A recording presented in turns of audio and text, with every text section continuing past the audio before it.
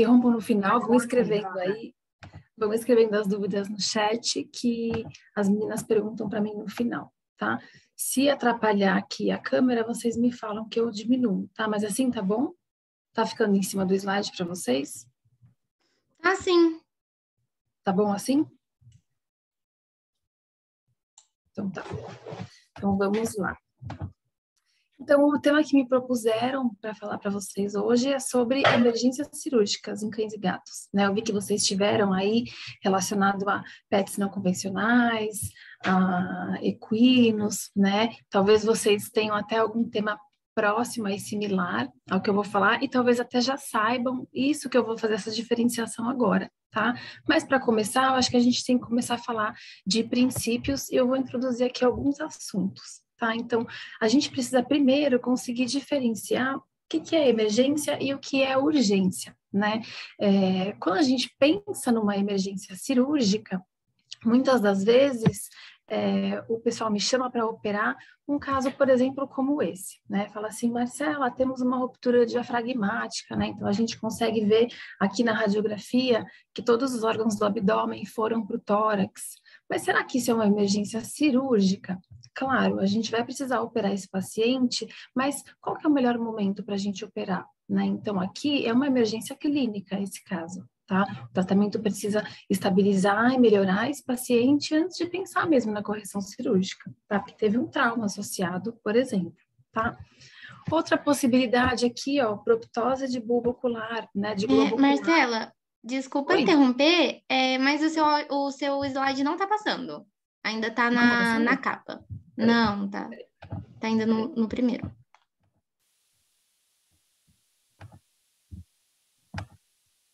E agora, tá passando? Isso, agora foi. Agora foi? Então lá, a radiografia que eu mostrei anteriormente, tá? Da ruptura diafragmática, então a primeira situação que eu comentei. A segunda, a gente tem aqui a proptose de bulbo ocular, né? Que isso sim assusta bastante o tutor, quem atende, quem pega esse pacientezinho que tá morrendo de dor aí no atendimento, eles já viram pra gente e fala emergência, mas assim, também não é uma emergência cirúrgica, né? A gente, claro, vai operar esse paciente, mas num outro momento, tá? Não de prontidão. A outra situação aqui seria uma ferida extensa com laceração, né? Essa pacientezinha teve uma mordedura, então teve a avulsão desse tecido, né? No primeiro momento tinha sangramento aqui de tecidos, teve avulsão de pele, mas todas essas situações aqui a gente vai operar, mas num segundo momento. Tá? Aqui o foco é a gente tentar melhorar, estabilizar o paciente. Então, a emergência não é cirúrgica aqui, tá? A emergência é o atendimento clínico no primeiro momento, tá? Então, não é disso que a gente vai falar hoje. Eu puxei aqui o gancho, mas não é sobre isso que falaremos. Então, para diferenciar aí, o que é uma emergência? Emergência é uma situação que tem um risco iminente de óbito, então precisa ter uma medida imediata, né? Então, o atendimento tem que ser num curto período de tempo, né? Esse paciente vai chegar muito descompensado, porque provavelmente sofreu um trauma, né? E temos um pouco período de tempo para começar a fazer esse atendimento inicial, tá? Já uma urgência é algo menos grave, tá? Então, a gente tem um tempo aí, às vezes esse tutor não leva de prontidão para o atendimento, mas quando ele chega para a gente, logicamente, a gente vai programar aí os cuidados, mas, logicamente, que se um paciente em emergência chegar antes, ele passa na frente, né? Porém, os pacientes urgentes, uma demora aí no atendimento, pode evoluir para uma emergência, tá? Então, só para a gente conceituar aqui o que é emergência e o que é urgência, tá? E também a diferenciação sobre o que é uma emergência clínica ou emergência cirúrgica, eu já fiz brevemente para vocês, tá bom? Então, quando a gente fala em atendimento emergencial, né, esse paciente vai chegar numa condição que vai precisar de uma cirurgia, por exemplo, antes disso, a gente tem que pensar nos parâmetros, fazer uma avaliação geral desse paciente, né? Então, a primeira coisa que a gente tem que ter em mente é o ABC do trauma, tá? Então, o que é o ABC do trauma? Tem alguns autores que chamam, em vez de ABC, chamam de X-ABC, né? X-ABC, porque fala que cada uma dessas letras é um parâmetro importante para ser avaliado e monitorado, né? E o X aqui seria o sangramento, uma hemorragia, né? Então, o A do ABC do trauma é airway, que são as vias aéreas, né? Então, o que a gente precisa fazer quando esse paciente chega numa emergência para a gente? Avaliar se ele está conseguindo respirar, se está conseguindo inspirar o oxigênio, né? Então, a gente precisa fornecer o oxigênio da maneira ali que o paciente aceitar. Então, às vezes, colocar o oxigênio na frente do nariz, às vezes passar uma sondinha de oxigênio, né? Muitas das vezes só fornecer o oxigênio dessa forma não é suficiente, então pode necessitar de uma intubação ou traqueostomia, tá? A traqueostomia, sim, é um momento que a gente pode ser chamado, tá? Porque se esse paciente não tiver conseguindo, a gente não conseguir suplementar o oxigênio para ele, por via oral, por exemplo, a gente vai precisar fazer a traque, tá? Então, às vezes, nesses momentos, nós somos chamados. O B, que é o breathing, é relacionado à ventilação, né? A respiração em si do paciente, né? Então, esse tórax está expandindo, né? E muitas das vezes a gente já está fornecendo oxigênio, mas ele não está conseguindo expandir esse pulmão.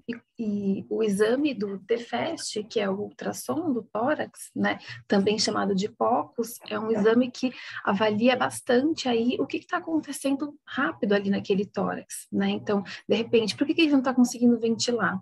Ele tem ar livre, que é o pneumotórax, ele tem alguma efusão, né? Presença de líquido.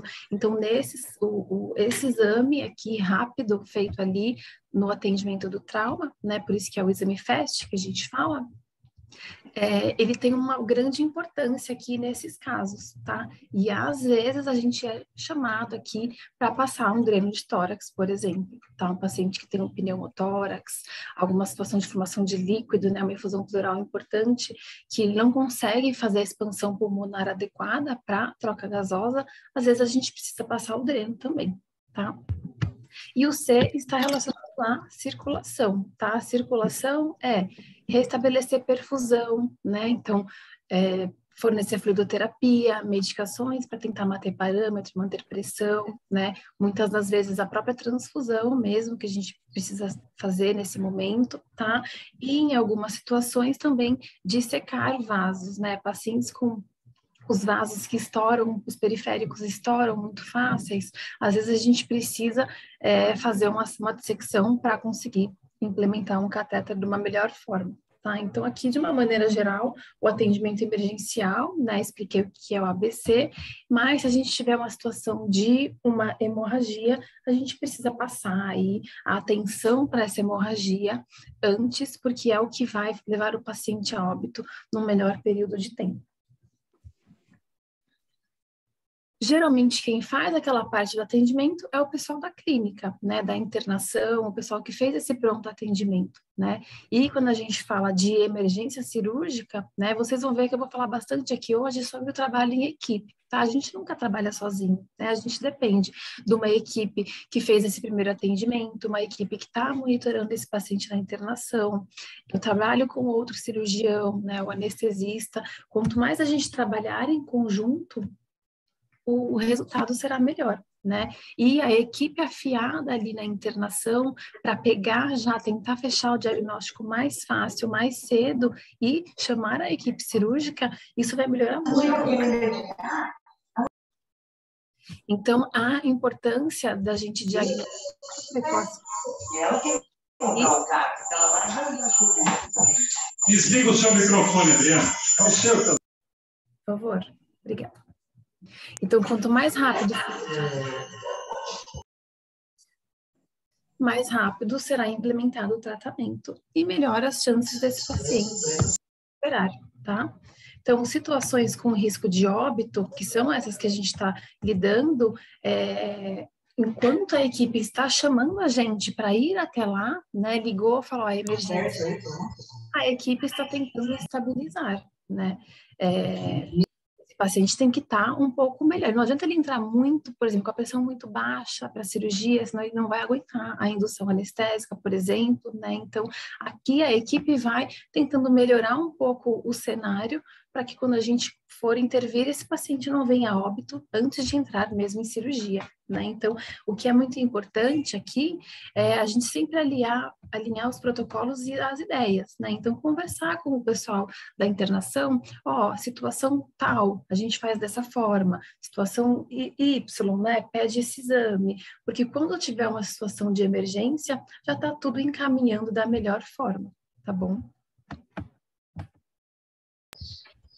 E as emergências cirúrgicas, existem dois grandes grupos. Eu vou desligar. Existem dois grandes grupos aqui. O primeiro, né, que geralmente são as situações que tem as hemorragias, né, ou as rupturas de alguma víscera, né, então relacionadas a traumas, atropelamentos, né, então esse paciente chegou lá, o ultrassom FAST, né, que eu comentei anteriormente, ele vai ser importante para a gente conseguir ver se tem alguma ruptura e mesmo uma hemorragia, tá? E outra vertente aqui que eu separei para falar com vocês são as alterações cardiorrespiratórias e gastrointestinais. Por que eu coloquei junto? Porque tem uma situação aí que tem um grande risco de óbito para o nosso paciente, né, que relaciona a parte cardiorrespiratória e gastrointestinal, fazendo a construção de grandes vasos, né, e essa é uma das situações que eu vou falar para vocês, né, então, puxando aqui esse gancho para vocês, vocês provavelmente já imaginaram que temos dois principais assuntos da aula de hoje, tá, o hemoperitônio e a síndrome de dilatação vulvogástrica, tá? Então, eu vou falar separadamente deles e vou mostrar alguns casos para vocês. Então, inicialmente, vamos falar do hemoperitônio. O que é o hemoperitônio? O hemoperitônio é o sangramento dentro da cavidade abdominal. E ele pode ser traumático ou não traumático.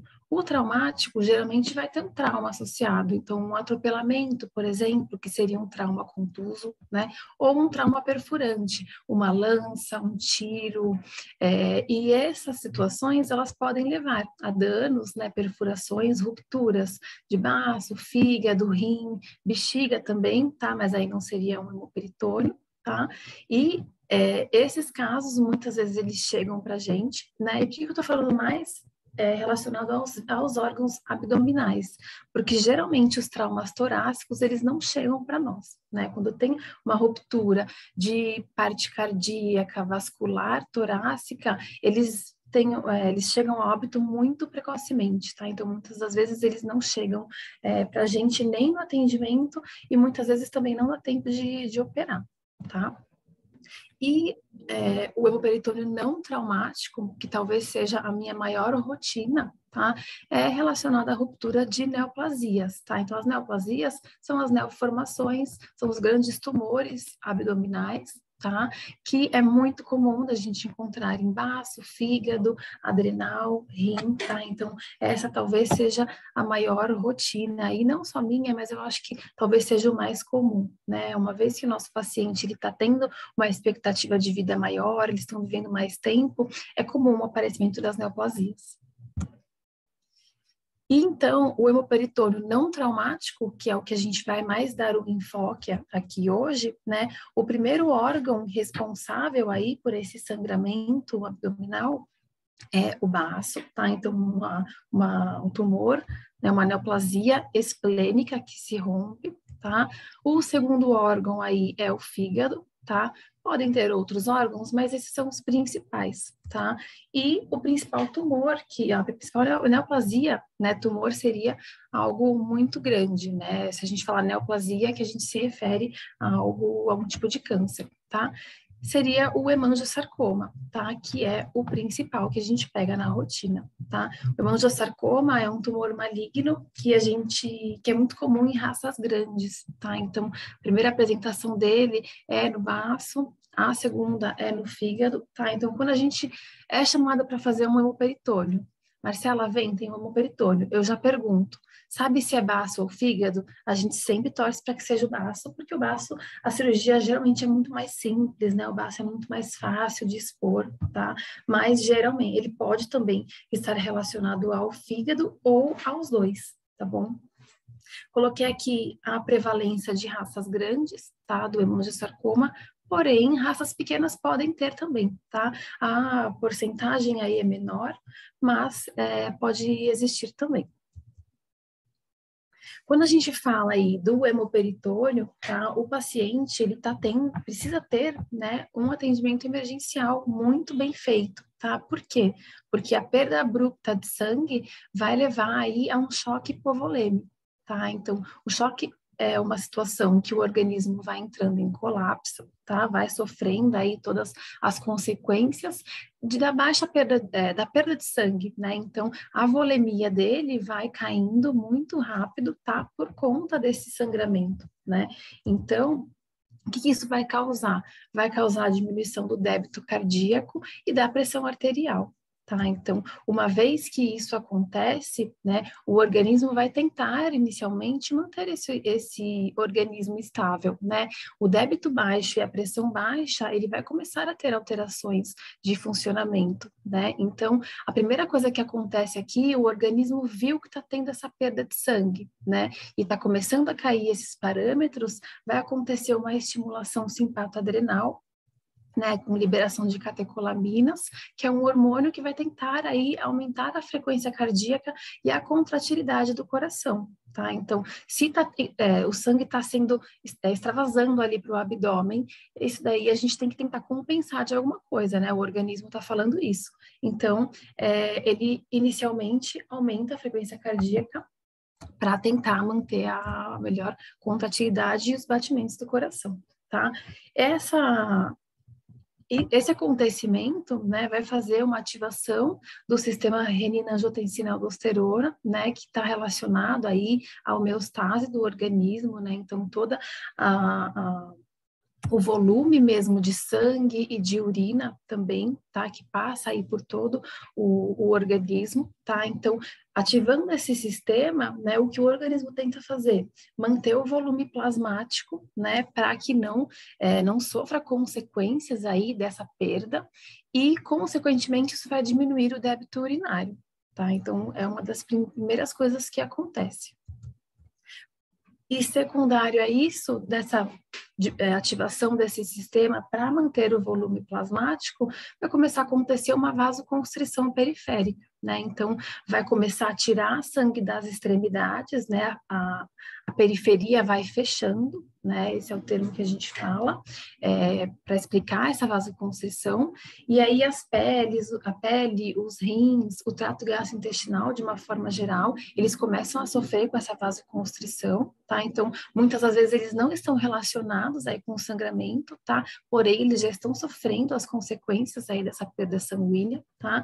E muitas vezes o paciente já chega com as extremidades frias, tá? Então, quem está no pronto atendimento recebeu esse paciente, é muito importante ver como estão as extremidades desse paciente, né? Porque extremidade fria significa atenção, significa que está a vasoconstrição periférica está tão importante, tá? Que o atendimento tem que ser urgente, né? Uma emergência mesmo, senão esse organismo vai entrar em um colapso, tá? Por conta disso, começa também a ter liberação de ácido lático, tá? Que é por conta da respiração anaeróbica, porque tá faltando oxigênio ali, tá? Que vai diminuir o pH do sangue e diminuir o retorno venoso, tá? Então, aqui tá instalado o caos, esse organismo tá péssimo, precisa intervir logo, né? E a gente sabe que as complicações que a gente encontra nesses quadros, elas são tempo dependentes, né? Então, quanto mais a gente demorar para agir, pior o prognóstico, tá? Então, a equipe que está atendendo ali precisa começar a contornar melhorar esse paciente para ele não ter uma piora muito rápida, tá? E aqui, as comorbidades que geralmente esse paciente tem, elas são muito importantes, tá? Porque se a gente está falando de uma ruptura de uma neoplasia, por exemplo, a gente já pensa em pacientes velhinhos, né? E isso piora o quadro, né? Os pacientes idosos, eles já têm as outras alterações, né? Então, alteração renal, alteração hepática, cardíaca mesmo, tá? Então, tudo isso influencia ali no prognóstico e na evolução desse paciente, tá? Muitas das vezes, a perda de sangue, por ser tão abrupta, vai requerer uma transfusão até mesmo antes de entrar, tá, na cirurgia, tá? Então, a gente tem vários hemocomponentes aí, mas o concentrado de hemácias é o principal nesses casos, tá? Por quê?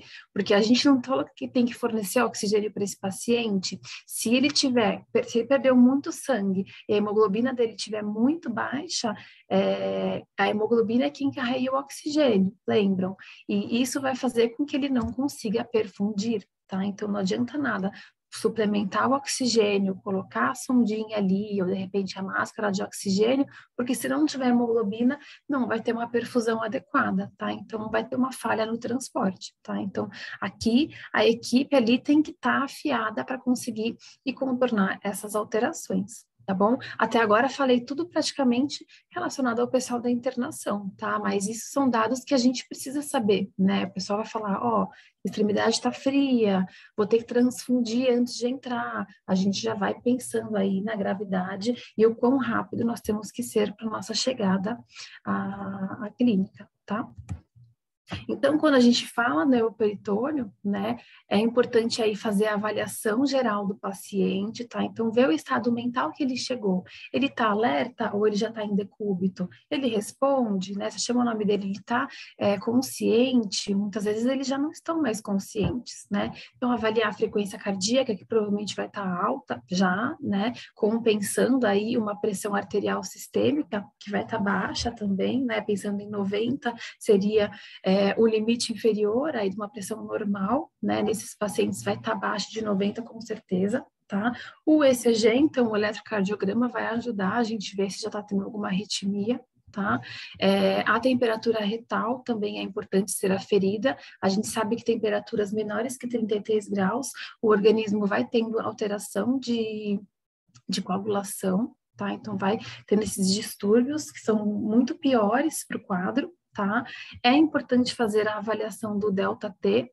O ΔT é igual à diferença, né, da temperatura retal para a temperatura periférica, tá? Então, você pega o termômetro, afere ali na extremidade, e se a extremidade estiver fria, né, então uma temperatura mais baixa do que a temperatura central aí desse organismo, a temperatura retal, né, se a diferença aí dessas temperaturas for menor que 6,5 a 8, for maior que 6,5 a 8, a gente sabe que está uma vasoconstrição periférica muito importante, tá? E as mucosas desse paciente também, com certeza, estarão hipocoradas, tá? A mucosa hipocorada pode ser pela própria perda de sangue ou também pela vasoconstrição periférica, tá bom? E é muito importante fazer aí a hemogasometria e o lactato, tá? Para a gente acompanhar aí como que esse organismo chegou e contornando a situação. E repetir isso depois da cirurgia vai ser importante, tá? Então, algo que é muito importante, além disso que eu já falei, de avaliação do paciente, tá? Deixei até aqui destacado para vocês, é o exame FAST, tá? Que a gente vai falar agora, a abdominocentese e o HT, né? O hematócrito pareado desse paciente, tá? Para a gente conseguir avaliar. Preciso entrar agora em cirurgia? Posso esperar? Né? A gente sabe que esse paciente está mal, a gente vai conseguir contornar isso, a equipe de intensivismo, né, do pessoal da internação vai conseguir contornar isso, melhorar para a gente entrar, ou a gente tem que entrar correndo, tá? Então, esses três exames aqui vão ajudar a definir se a gente tem que entrar logo ou se dá para acompanhar. Tá? Então, falando rapidamente para vocês, o que é o exame FAST? Tá? O exame FAST ou POCUS é o exame de ultrassom ali feito no beira-leito, tá? E aqui no abdômen a gente chama de AFAST, né? Que é o exame do abdômen, tá? Lá no tórax seria o T ou TFAST, tá? E aqui, o que a gente vai fazer? Vai avaliar, o paciente vai ficar em decúbito lateral direito, tá? E a gente vai avaliar aqui essas porções, igual tá mostrando na imagem, tá? Então, primeiro a gente vai avaliar o ponto DH, que é o número 1 aqui, que é o ponto diafragmático hepático, tá? Então, a região bem cranial do abdômen. O segundo ponto é o espleno renal. O terceiro é o cistocólico, né? Pegando bexiga e cólon. E o quarto é o hepato renal, tá? Então, vai avaliando esses pontos e aí colocou a probe, viu que tem sangue, a gente vai dar ou o valor 0 ou o valor 1 para essa região, tá? E aí, ó, o DH é 0 ou é 1? É 1, tem sangue. E o SR, 0 ou 1? E aí a gente vai pontuando, tá? Então, a soma desses pontos que eu vou dar aqui vai somar 4. E aí a gente vai fazendo os exames seriados e acompanhando, tá? E comparando, né? Então, por exemplo, primeiro FAST que fez esse abdômen deu 1, por exemplo, só tem sangue aqui no HR, né? Que geralmente por gravidade, ali como o paciente está em decúbito lateral direito, é onde geralmente vai acumular, né? Mas se os outros pontos não tiver sangue ainda, talvez seja uma pouca quantidade de sangue, né? Então a gente consegue esperar um pouco antes de operar. Tá? Então, vai fazendo, acompanhando os parâmetros, vai fazendo, repetindo o FAST, né? Para ver se começou a aumentar a quantidade de sangue aí, e não está respondendo aí as manobras que estão sendo feitas para tentar melhorar esse organismo, aí talvez tenha que entrar mesmo, tá bom? Então, é muito importante o FAST. O FAST, geralmente, quem faz é o pessoal da internação também, tá? Mas para nós, cirurgiões, é muito importante a gente saber fazer o FAST, né? Às vezes a gente cai em algumas situações que a gente precisa avaliar, saber avaliar também, tá? Então, é algo que é legal para vocês treinarem, tá? Fica a dica.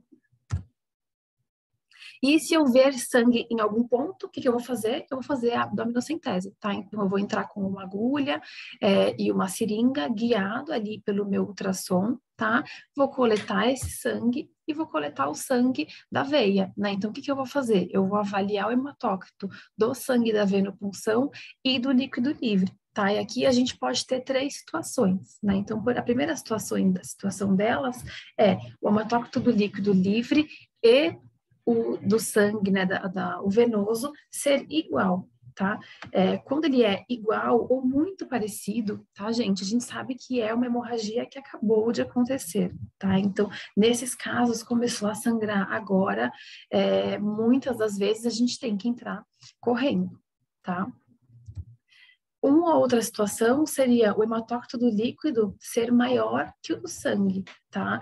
Do venoso. E aí pode significar que é uma hemorragia crônica, né? Não é algo que aconteceu agora, é algo que está acontecendo.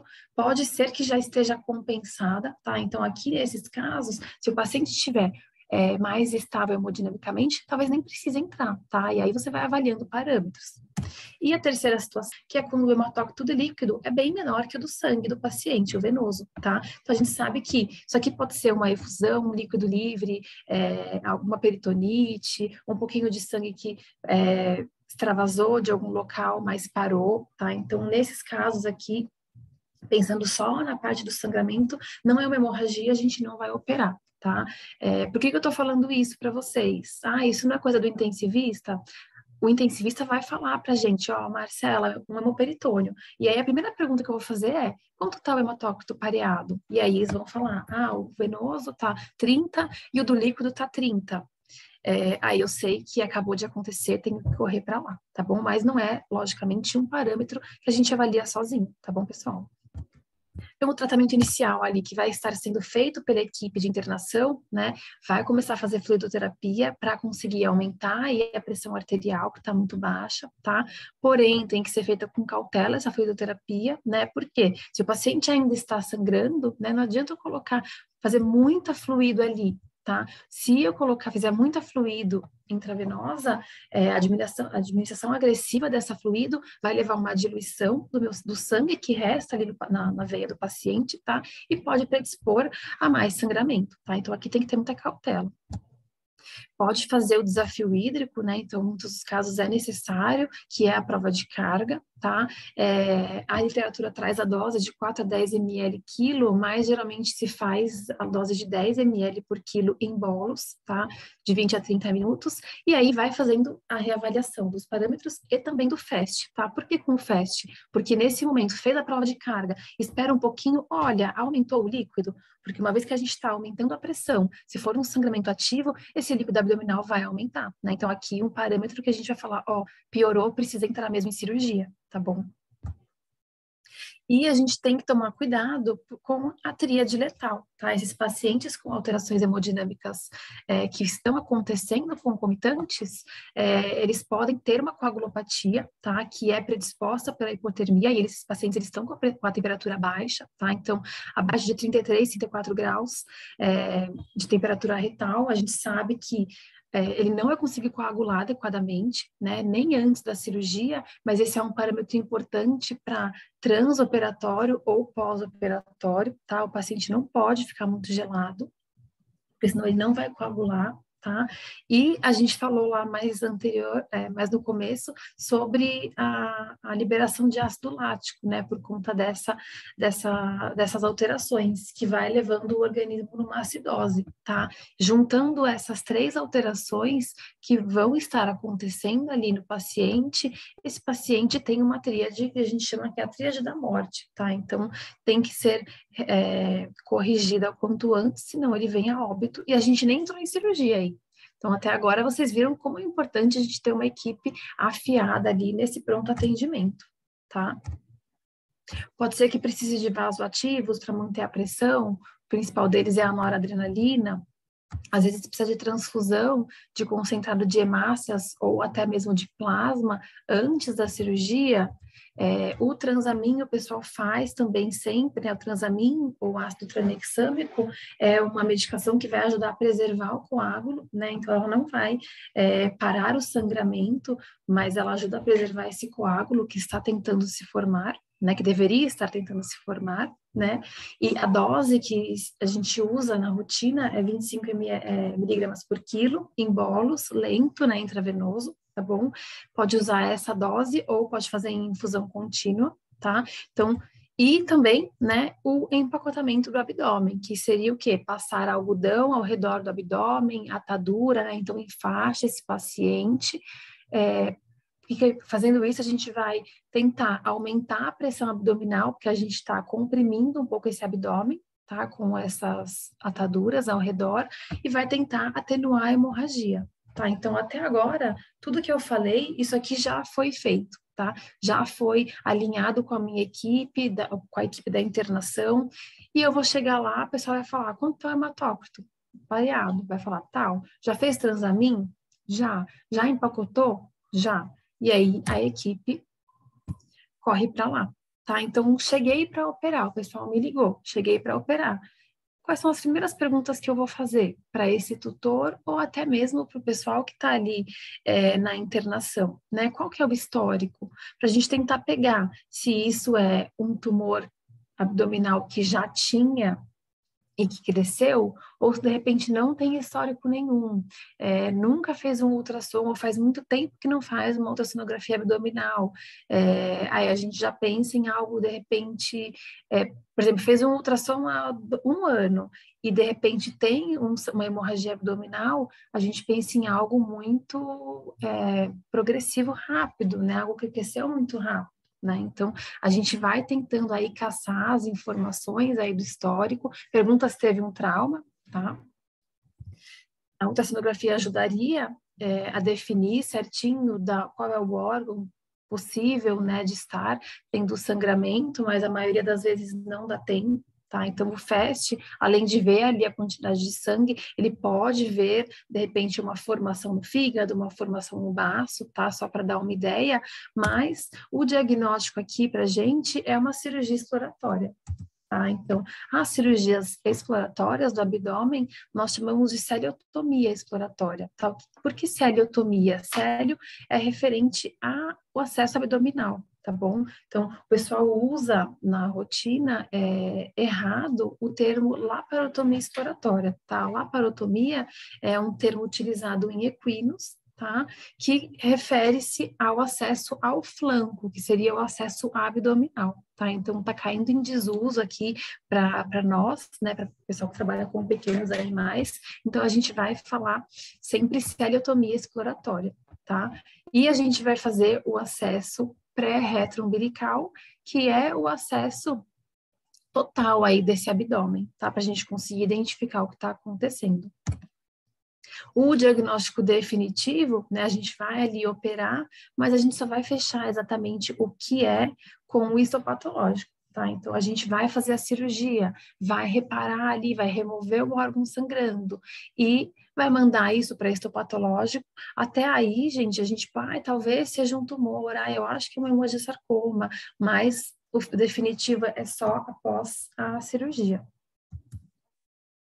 E aí, falamos lá no começo da aula sobre as principais possibilidades dessas grandes hemorragias abdominais, né? Então, sempre que a gente fala em baço, as principais aí alterações são ou o hemangiosarcoma, né, que é o tumor maligno que eu comentei para vocês, ou um hematoma, né, que é um crescimento benigno, mas é um crescimento muito rápido, tá? Que pode romper em alguns casos. Ou se a gente estiver pensando em alterações de fígado, né, alterações hepáticas, o fígado pode ter neoplasias, né, neoformações primárias, tá, que geralmente crescem e ficam muito grandes, né, ou metastática, sendo a metastática ou a apresentação de hemangiosarcoma, tá bom? Então, vamos agora, falei um monte de coisa, vamos falar de cirurgia, não é? Todo mundo quer operar, né? Então, a celiotomia, coloquei um desenho aqui de livro para vocês, que se refere aqui ao acesso abdominal, né? Então, a celiotomia pela linha média ou celiotomia mediana é o acesso aqui na linha média, na linha central desse abdômen, tá? Quando a gente fala em acesso a órgãos craniais, a gente chama de celiotomia pré-umbilical. Então, a gente vai identificar a cicatriz umbilical desse paciente e vai fazer o acesso cranial a ela, tá? Então, aqui cranial, vocês conseguem enxergar a setinha do mouse? Eu tô apontando aqui com a setinha onde é o começo do abdômen, né, que é o processo xifoide, que é uma cartilagenzinha que fica aqui no comecinho do abdômen, tá? Então, um acesso pré-umbilical é do xifoide até a cicatriz umbilical, que é só essa porção aqui, tá? Para órgãos caudais, que é o acesso retroumbilical, a gente vai acessar da cicatriz umbilical até lá embaixo, tá? Até lá a região caudal, próximo do pubis, tá bom? Então, daqui até lá embaixo. Mas para cirurgias exploratórias, o que a gente geralmente faz na rotina é o acesso pré-retroumbilical, que é do xifoide, então desde aqui de cima até o quanto for necessário, tá? Precisa abrir até aqui o pubis? Geralmente não, né? Mas avalia ali na hora, né? Dependendo do tamanho dessa formação, vai influenciar aí no tamanho da nossa abertura. Então, não tem como a gente falar de cirurgia se a gente não falar de anatomia, tá? Então, pessoal aí, vocês que são amantes da cirurgia, tem que gostar de anatomia e tem que estudar anatomia, tá? A anatomia, ela é muito importante para a gente conseguir explorar um abdômen, fazer uma intervenção cirúrgica com segurança, né? Muitas vezes a gente pode ter intercorrências durante a cirurgia, se a gente conhecer a anatomia, a gente vai ter um desfecho positivo, tá? Então, por que eu tô falando isso? Imagina se a gente tem um sangramento aqui, ó, onde eu estou mostrando a artéria celíaca, imagina se a gente tem um sangramento vindo desse vaso. Tá sangrando, posso pinçar e ocluir, ligar esse vaso? Não sei de onde ele vem, né? Então, assim, precisa saber sim, tá? Se tiver um sangramento daqui, a gente não pode ligar. Por quê? porque a gente vai estar comprometendo toda a vascularização aqui do estômago, do baço, do pâncreas, o fígado, tá? Então, a artéria celíaca aqui, que é o primeiro ramo da aorta abdominal, é quem irriga esses órgãos mais craniais do abdômen, né? Então, a gente tem que tomar muito cuidado. Vocês conseguem ver aqui no esquema, ó, tem bastante ramo que eles são muito próximos de um órgão em relação ao outro, né? Os órgãos são muito próximos, são muito grudados, né? E a vascularização deles muitas vezes é compartilhada, né? Então, é muito importante a gente saber disso para a gente não causar um problema fazendo num órgão adjacente, fazendo uma cirurgia no baço, por exemplo. Imagina se eu estou fazendo aqui a cirurgia no baço e eu ligo aqui, ó. Conseguem ver que aqui está saindo um raminho que vai aqui para a curvatura maior do estômago? Se eu ligar, for tirar o baço e fazer a minha ligadura aqui, já era, meu estômago vai ficar sem irrigação. Isso é muito ruim, tá? Então, a anatomia, ela é muito importante, tá? Para a gente conseguir operar com segurança. Então, aqui falando especificamente do baço, tá? O baço, ele é irrigado principalmente pela artéria e veia esplênica, tá? A artéria veia esplênica, elas vêm ali da artéria celíaca, que foi essa que eu comentei, tá? E uma vez que esse vaso chega paralelo aqui, ó, continuando, né, a artéria esplênica, ele emite um ramo, que é o ramo que vai aqui para a curvatura maior do estômago, tá? Chamado gastroepiploica. Tá? Essa artéria e veia gastroepiploica, a gente tem que tomar muito cuidado quando a gente faz aqui a remoção do baço, por exemplo, se for essa a causa do nosso sangramento, porque se a gente ligar errado, a gente vai comprometer aqui a vascularização do nosso estômago, tá? Aqui também, ó, na cabeça do baço, a gente tem essas veias e artérias que chamam gástricas curtas, tá? Que é quem irriga aqui essa porção do estômago, tá? E se a gente também ligar muito próximo do estômago, a gente vai ter um comprometimento vascular importante, que foi a gente que causou, tá? Então, tomem cuidado, tá, pessoal? Então, se o nosso sangramento ali for do baço, o que a gente vai fazer? A gente vai ver ali a formação, né, na região do baço, e aqui a gente vai fazer a esplenectomia total, né, porque o órgão tem uma formação rompida, né, como um todo. A gente vai fazer a remoção total do órgão e a gente vai fazer a ligadura aqui o mais próximo do órgão, tá? Possível, tá bom? Não aqui próximo da onde está vindo a vascularização, exatamente por conta de ser muito próximo ali da vascularização gástrica, tá bom? Então, a gente vai fazer ligaduras o mais próximo do baço, por toda a sua extensão, tá? E essas ligaduras podem ser com fio absorvível, que seria a melhor opção, mas também pode ser feito com fio inabsorvível, que é o nylon, tá bom? A cirurgia de esplenectomia é uma das cirurgias talvez mais fáceis que tem aí no abdômen, tá? É só fazendo paciência, né? Ligando vasinho por vasinho aqui, para a gente conseguir remover, tá bom? Não tem segredo aqui a esplenectomia, tá? Então, aqui mostrando para vocês uma neoplasia esplênica, tá? Talvez aqui o principal porém, das esplenectomias para essas situações é porque o paciente está instável, né? Então, o anestesista está ali apreensivo, esperando a gente parar esse sangramento o quanto antes, para ele conseguir fazer uma transfusão, por exemplo, para conseguir começar a descer mais fluidoterapia para esse paciente, tá bom? Então, aqui, ó, mostrando uma neoplasia esplênica rompida, ó, tá vendo que tem bastante sangue aqui, tá? Então, estava tendo um sangramento ativo aqui dessa região. Aqui mostrando uma outra neoplasia esplênica, né, que estava aqui só nessa região, tá bom?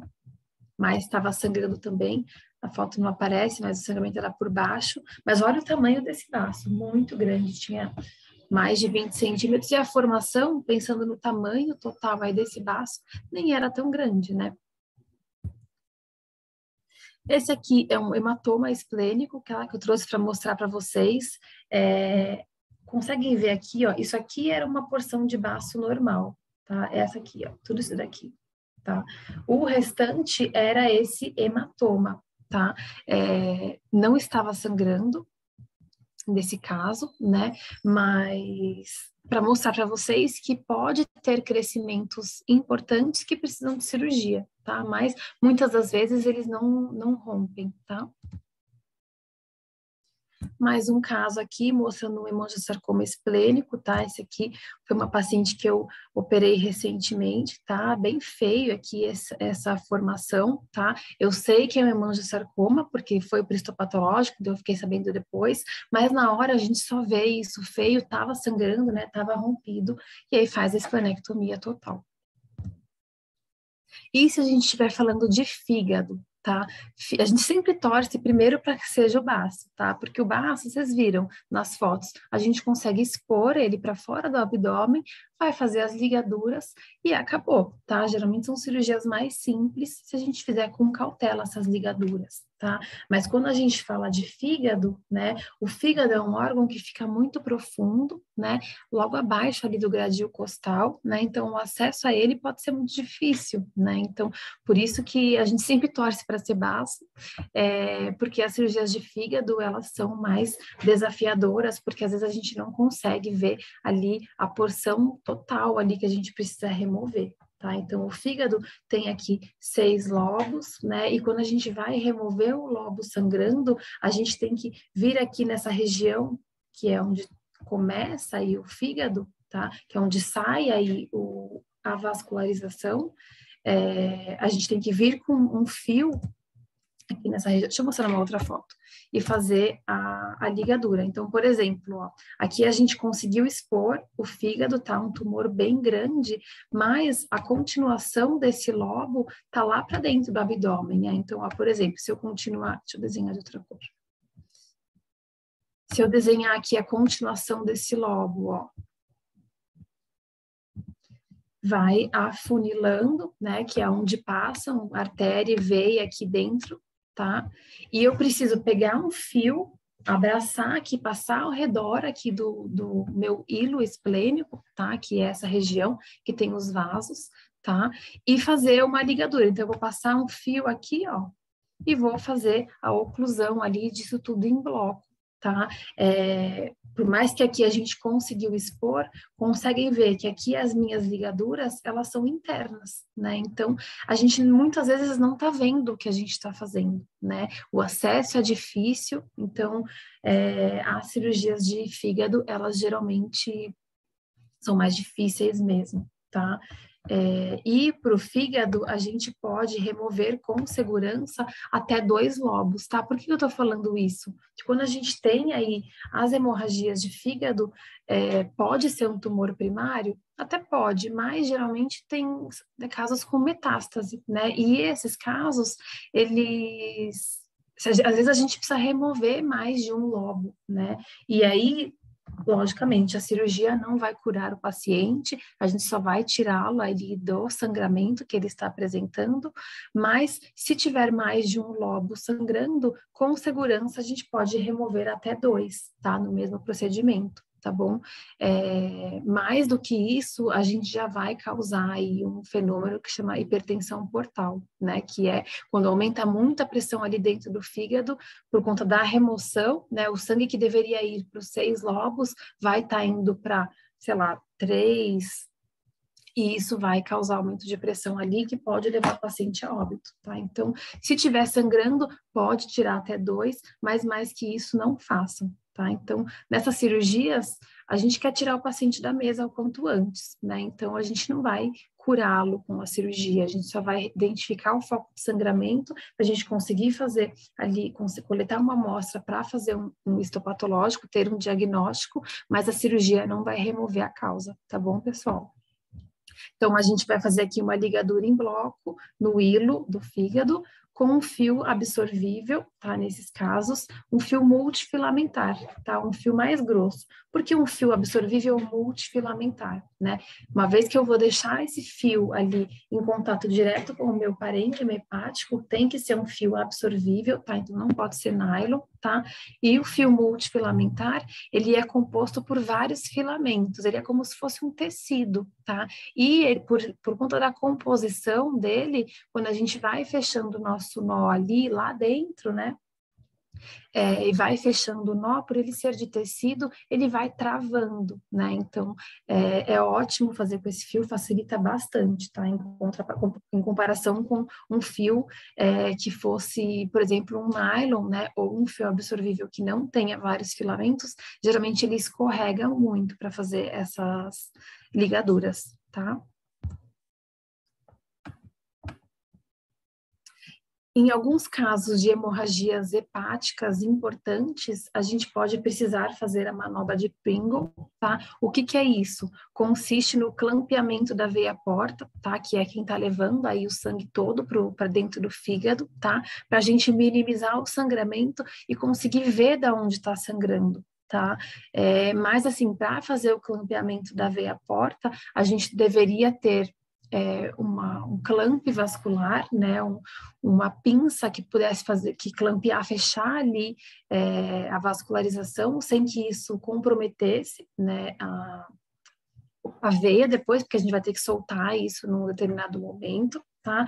Então, o que a gente acaba fazendo na rotina é se a gente não estiver enxergando, né, o que está acontecendo, é pedir para o nosso auxiliar comprimir, né? Vai com o dedinho ali em cima da veia porta e dá uma apertadinha, né? Faz essa compressão delicada, porque isso vai fazer com que o sangue diminua e você consiga enxergar, tá? O fígado sangra bastante, gente. Às vezes a gente não consegue identificar certinho qual é a região do sangramento.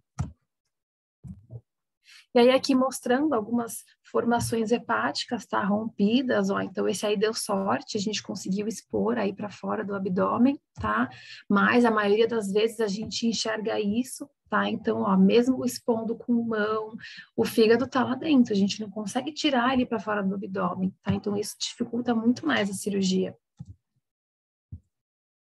Aqui um outro caso, deu para ver que era um tumor explodido praticamente, né? Conseguem ver o coágulo, olha que aspecto feio, né? E também aqui, a gente não conseguia expor, né? Então, fígado é complicado mesmo.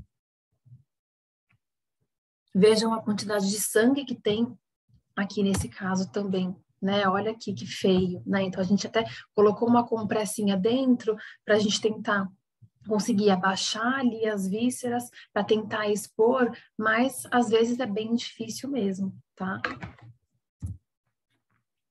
Aqui um caso que tinha sangramento de um tumor, uma neoplasia esplênica, tá? Então a gente fez a esplenectomia, mas infelizmente já tinha metástase hepática, tá? Então a gente fez a inspeção do abdômen como um todo, removemos a causa do sangramento, que era o baço, mas vendo essas lesõezinhas no fígado, né, a gente já imaginava que isso era uma metástase, a gente coletou uma biópsia aqui dessa região, tá? Mas é que cabe a falar para vocês a importância da gente sempre avaliar tudo. E lembrar, né, gente, a gente sempre que vai operar um hemoperitônio, a gente tem que falar com o tutor sobre as possibilidades, né? Porque pode ser que seja operável e pode ser que não, né? Às vezes tem uma aderência em um grande vaso, então às vezes a gente começa a dissecar e vê, né, no meio dessa dissecção, vê que não tem possibilidade de remoção mais, né? E às vezes você dissecou tudo ao redor e viu ali, chegou, não consegue tirar. Né? Então, às vezes, nesses casos, a gente já tem que estar alinhado com o tutor isso, porque às vezes precisa fazer eutanásia na mesa de cirurgia, né? Às vezes já tem metástase também por todo o abdômen, né? Então, precisa alinhar isso antes, né? Porque a cirurgia, ela não vai curar o problema do paciente, né? E pode ter essas complicações. Às vezes o tutor já fala, ó, se tiver metástase, não precisa tentar, né? Então, alinhem isso, expliquem tudo isso antes, né? A transfusão, nesses casos, vai ser importante, né, de concentrado de hemácias, né, para repor a perda sanguínea, mas ela é feita quando a gente para o sangramento, tá? Porque se a gente transfundir enquanto ainda está tendo uma hemorragia, vai ter perda desse sangue, tá? E é importante lavar a cavidade, né? Quando a gente abriu, a gente aspirou esse sangue, né? E depois que a gente terminou a cirurgia, a gente precisa lavar a cavidade com solução fisiológica, tá? Porque o sangue, ele é meio de cultura para crescimento de bactéria, tá? Então, a gente precisa ter esse cuidado, tá? E também, se é um tumor que rompeu, isso vai fazer reimplantação de células neoplásicas pela cavidade, tá? Então, a gente precisa tentar minimizar isso, tá? E inspecionar a cavidade mesmo, igual esse último caso que eu mostrei para vocês. Eu vi que já tinha metástase, o mais prudente é já realizar a biópsia, tá? Então, precisamos tomar cuidado e prestar atenção nisso, tá bom? Internação, eles vão ficar internados pelo menos 48 horas, tá? Para coletar e monitorar exames, tá? Muitas das vezes a gente não conseguiu coletar exames completos desse paciente, né? Antes de entrar na cirurgia, tá? Monitorar se precisa transfundir mais, né? A maioria já transfundiu no transoperatório, mas a partir de 12 ou 24 horas após a cirurgia, a equipe da internação vai coletar um novo hemograma para ver se precisa de uma nova transfusão, vai corrigir ali desequilíbrios hidroeletrolíticos, as arritmias, né? Então, tem toda uma monitoração ainda para ser feita, né? A antibiótico terapia é importante, a analgesia também, né? Porque é um paciente que pode aí ter peritonite, pode ter sepse, tá? E a gente sabe que isso daí dói bastante, tá bom? Então, esses são os principais cuidados, né? O prognóstico desse paciente vai depender do histopatológico. As neoplasias, né, quando a gente opera elas, tanto de fígado quanto de baço, de uma forma programada, a evolução geralmente é melhor, né, em comparação com aqui, que ela teve ruptura, vai reimplantar células neoplásicas, a gente operou correndo, né, então o prognóstico vai ser pior em comparação com algo agendado. Esse paciente pode ter metástase já abdominal ou pulmonar, então precisa fazer essa avaliação e esse acompanhamento também, porque se for uma neoplasia agressiva, como por exemplo hemangiosarcoma, no pós-operatório ele vai ter metástase, tá? Em 2, 3 meses vai apresentar a formação, então tem que encaminhar para o oncologista. E as complicações aí de cirurgias, de grandes traumas abdominais, né, a formação de trombos, né, então avisar isso ao tutor, e ele pode, mesmo que a gente operou ele ali, ele ficou bem durante a cirurgia, né, acordou da anestesia, é um paciente que ainda assim pode vir a óbito, tá bom? Alguma dúvida de hemoperitônio?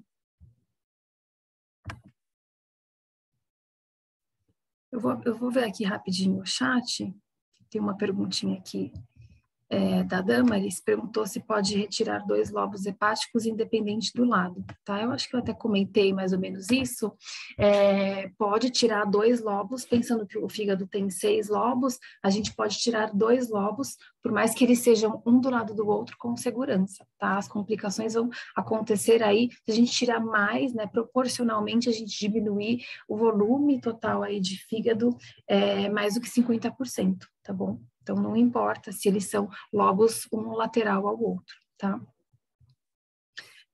Então, eu vou mudar agora para o próximo tema, né? Que é a torção gástrica, tá bom? Deixa eu ver se tem alguma... perguntou aqui que fio absorvível que eu uso para fazer a lobectomia hepática. Eu uso ou ácido poliglicólico ou poligalactina 910, que é o Vicryl. Tá? Geralmente eu uso um fio mais calibroso, então ou um fio 0 ou um fio 2 zeros, tá? Depende do tamanho do paciente. Então agora vamos falar de torção gástrica, né? Então lembrar aqui, né, a anatomia que eu mostrei para vocês, né? Então a gente consegue ver que a vascularização gástrica, ela é bem próxima, bem compartilhada aqui com o baço, tem aqui a parte do intestino que começa, né? A gente teria o fígado aqui em cima, né? Então, é tudo muito delicado essa vascularização, né? Então, tem que tomar bastante cuidado, né? E quando a gente fala de torção gástrica, o que vai acontecer, né? Essa porção aqui do estômago, ela vai rotacionar, e isso, além de tracionar, né, a vascularização, vai começar a ter uma dilatação que vai comprimir os vasos principais do organismo que estão aqui embaixo, tá? Então, por isso que a gente chama de síndrome de dilatação ovogástrica, eu vou falar mais para frente, tá? Mas vejam que aqui, ó, no centro do abdômen, a gente tem a aorta abdominal e paralela a ela a gente teria a veia cava caudal, tá bom? Então, esses são os vasos principais que vão ser comprimidos quando acontecer essa torção.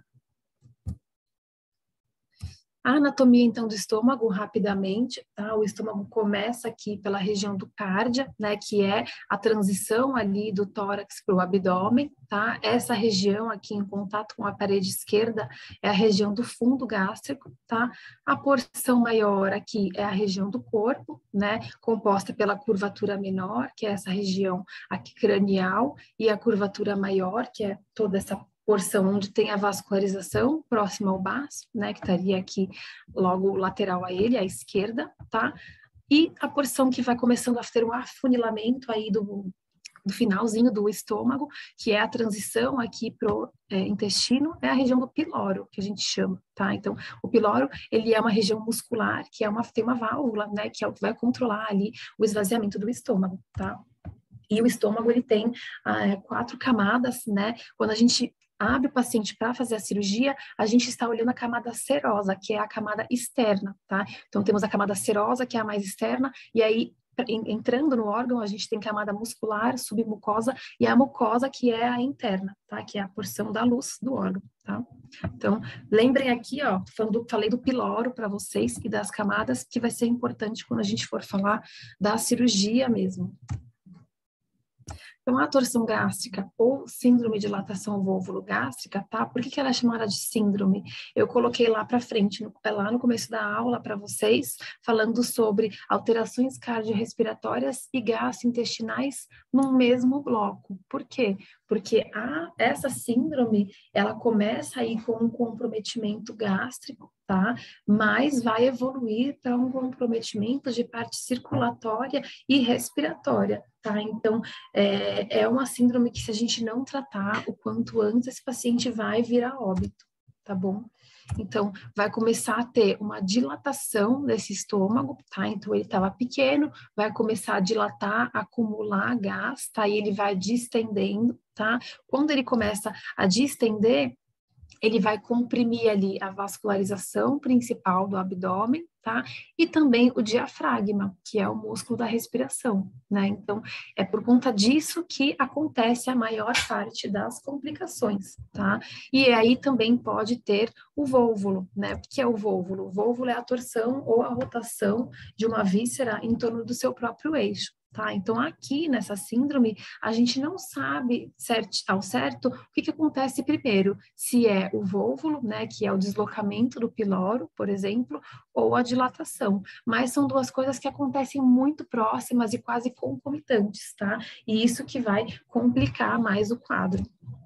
Tem uma alta taxa de mortalidade, tá? Essa síndrome, de 20% a 45% dos animais que tem, eles vão virar óbito. E a rotação, ela ocorre, a torção, em sentido horário, tá?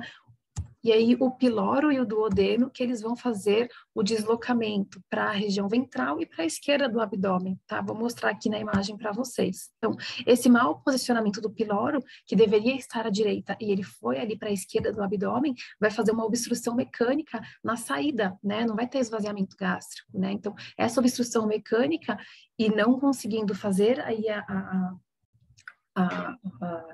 o esvaziamento vai levar a continuar tendo uma dilatação, né? E isso vai cada vez dilatando mais, né? Vocês viram também no esquema que o baço está ali muito próximo do estômago, né? Entre o baço e o estômago tem um ligamento que mantém eles muito próximos, chamado ligamento gastroesplênico. Tá? E aí, por conta dessa rotação, o baço ele vai se deslocar ali para o lado direito. Então, aqui mostrando, ó, a região do piloro, tá? O piloro vai deslocar ali para a esquerda, né? E o baço, que está aqui à esquerda, vai lá para baixo, vai para a direita, tá? E quando isso acontece, a gente tem aqui a rotação e a compressão ali da saída, né? Então, mostrando aqui, na curvatura maior do estômago, a gente tem o aumento, e o piloro aqui, ele vai se deslocar, e quando ele faz isso, ele desloca, por como ele vai para o lado esquerdo, o aumento, ele é todo arrastado para cima do estômago, tá? Então, quando a gente abre o abdômen, a gente vê todo o aumento recobrindo todos os órgãos, tá? O que geralmente a gente não encontraria, né? Então, aqui, mostrando no esquema para vocês como seria a rotação. quais as consequências disso para o organismo, né? Então, vai ter uma compressão da veia cava caudal e da veia porta, ali do fígado, né? Por conta pelo estômago dilatado, tá? E isso vai diminuir a perfusão do organismo, né? Vai diminuir o retorno venoso e o débito cardíaco, tá? E vai levar a uma isquemia e hipóxia do miocárdio. Então, olha, o coração está sofrendo por conta disso, né? Vai diminuir o volume sistólico, a pressão do paciente vai cair, né? Esse paciente não vai conseguir respirar porque está comprimindo ali o diafragma e vai ter uma hiperperfusão tecidual e vai entrar num choque, num estado de choque. E todos os órgãos vão sofrer, tá? Rim, coração, pâncreas, intestinos. E se não tratado rápido, ele vai virar óbito, tá? Por conta dessa própria compressão vascular e do diafragma, né? E à medida que isso vai acontecendo, vai tendo arritmia, vai tendo liberação de radicais livres por conta desse mau posicionamento, que pode ter também síndrome de reperfusão, tá? Então, vejam o quão grave, tá? Então, aqui, ó, rapidamente, a gente vai ter compressão de veia cava caudal e aumento, aí, compressão da porta, né, vai aumentar ali a pressão dentro da veia porta, tá? Isso vai fazer com que não consiga mais passar, voltar órgão ali, voltar sangue dos órgãos abdominais, né? Também vai ter diminuição do débito cardíaco, pressão arterial, o pulmão não vai conseguir ventilar adequadamente, respirar por conta da compressão, tá? E à medida que tudo isso vai acontecendo, ó, vai levando aí um quadro de hipóxia, hipoperfusão tecidual e isquemia generalizada, tá?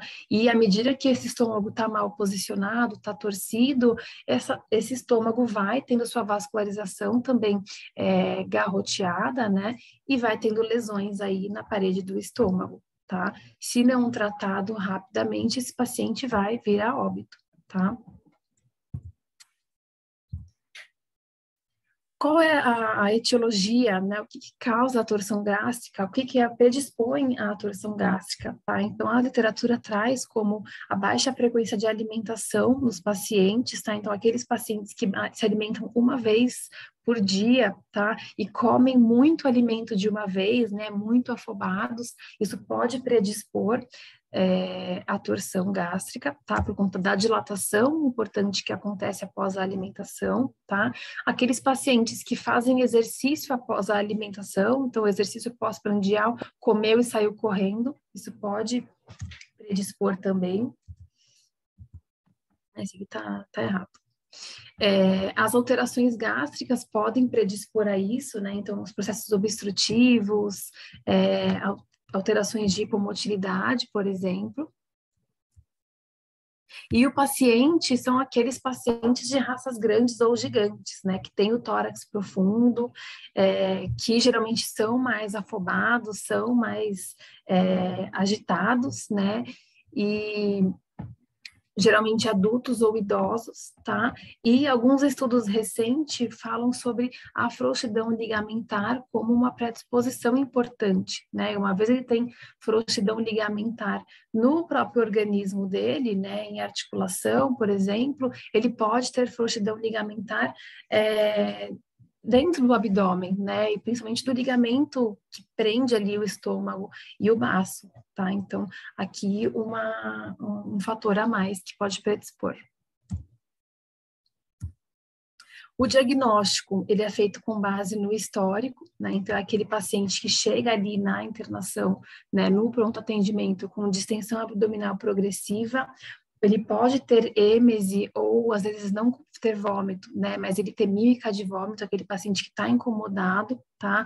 Ele pode chegar inquieto num primeiro momento, né? Incomodado, mas ele pode também chegar prostrado, tá? Mas você vê claramente que ele não está bem, né? E eles têm muita dor abdominal. Tá? A distensão causa uma dor abdominal importante, né? No exame físico, eles vão estar dispneicos, tá? Não vão conseguir respirar por conta da compressão ali do diafragma, tá? A gente vai ver a dilatação abdominal, e quando a gente for examinar esse abdômen para palpar ou fazer a percussão ali, a gente vai ver que o abdômen está timpânico, né? Então, a gente vai ver que tem gás ali nessa região, né? E ele pode ter cialorreia também, tá? Ele vai estar nauseado ali, por conta da da obstrução. E pode ter sinais de choque, muitas vezes, né? Depende de quanto tempo esse paciente demora para o tutor levá-lo ao atendimento, né? Então, ele pode chegar com um pulso fraco, com a pressão super baixa, ataque cardíaco, né? Pensando em algo já compensatório, aumento de TPC, mucosa pálida, né? Isso tudo por conta da vasoconstrição que a gente comentou ali no começo da aula. Tá? E aí, uma vez que a gente levantou a suspeita de síndrome de dilatação ovárico-gástrica, tá? Que é essa sigla aqui que eu escrevi, a gente precisa começar a estabilização, tá? Então, a internação ali tem que já ver que esse paciente está mal, que essa é a principal suspeita, e começar a agir logo, tá? Porque esse paciente vai vir a óbito em pouco tempo se não for estabilizado, tá? Então, como vai ser estabilizado? Vamos lembrar aqui do ABC do trauma, né? Então, vai fornecer oxigênio, vai ver como é que está sendo a parte ventilatória dele, vai oferecer fluidoterapia em grandes volumes, né? Para tentar manter aí a pressão que está muito baixa, né? Melhorar um pouco essa pressão. Então, a dose é 90 ml quilo por hora, tá? A dilatação importante do estômago, que está comprimindo ali grandes vasos e diafragma, a gente precisa descomprimir, tá? Então, isso é algo muito importante para ser feito logo no começo, tá? Para a gente conseguir melhorar o retorno venoso. Não adianta nada a gente lotar ele de fluido para aumentar a pressão se aquilo tiver super dilatado e comprimido, tá? Então, tem que fazer a punção para a descompressão aí desse estômago, tá? E a analgesia é muito importante. Falei para vocês que esse paciente tem muita dor, né? Então, a gente precisa fazer uma analgesia importante para que ele fique o mais confortável possível. O antibiótico aqui também é importante, porque essa hipóxia nos tecidos vai fazer uma translocação bacteriana e elevar aí o risco de sepse, tá? Então, tem que fazer antibiótico intravenoso. Isso tudo aqui foi tentativa de estabilizar esse paciente, né? Aqui mostrando a descompressão gástrica, que é a gastrocentese, né? Então faz a tricotomia ali, ou na lateral do abdômen, ou na região ventral do abdômen, né? Fez a percussão, viu que está timpânico, faz a tricotomia, a antisepsia daquela região, funciona com um catéter e aperta, tá? Isso daí vai esvaziar como se fosse uma bexiga. Isso é muito importante. Quanto mais a gente esvaziar, esses órgãos vão começar a perfundir melhor. O diagnóstico da torção gástrica, ele é com a radiografia abdominal, né? A gente estava ali com a suspeita até agora, mas a gente precisa da radiografia para confirmar, tá? Porém, gente, a radiografia abdominal, ela só vai ser feita quando o paciente estiver estabilizado, né? Não adianta nada, o paciente está super mal, a gente vai posicionar ele em decúbito lateral, a gente vai deitar ele, levar ele para a radiografia, ficar mudando decúbito e posição, esse paciente vai morrer durante o exame, tá? Então, a gente tem que estabilizar e tem que descomprimir o máximo que a gente conseguir para conseguir radiografar com segurança. E a gente precisa fazer ali o diagnóstico diferencial de somente uma dilatação, de uma torção esplênica primária, de uma ruptura diafragmática que está obstruindo ali o estômago, por exemplo, tá? Então, o raio-x vai ajudar nesses casos, tá? Para diferenciar. Então, o que a gente vê na radiografia, né? Então, a radiografia a gente vai ver uma importante dilatação do estômago, né? E o que é importante é essa linha radiopaca, né? A gente vê esses dois segmentos dilatados, mas essa linha radiopaca é a região que mostra a rotação, né? A região que está torcida ali, tá? Então, os radiologistas, o pessoal chama de aspecto de C invertido, né? Aqui nessa imagem dá para ver aqui mais o que significa esse C invertido, estão vendo? Então, a radiografia com esse C invertido, ele é patognomônico de torção gástrica, tá? E aí aqui, ó, diagnosticou. Agora sim, chama a equipe de emergência. Liga lá, Marcela, torção gástrica.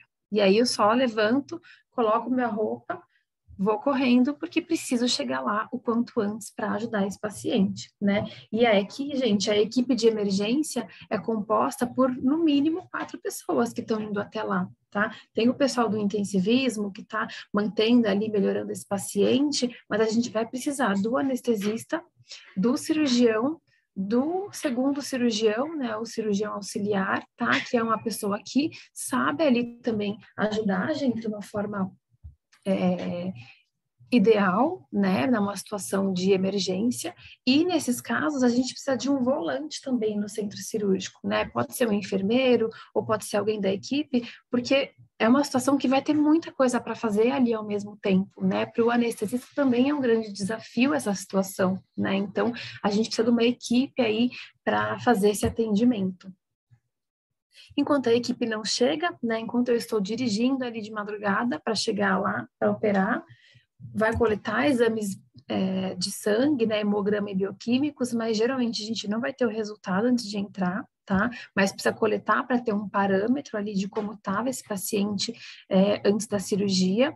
A hemogasometria ajuda nesses casos, né? Porque o pessoal da internação já vai ver o que tem de distúrbio hemodinâmico e já vai começar a corrigir.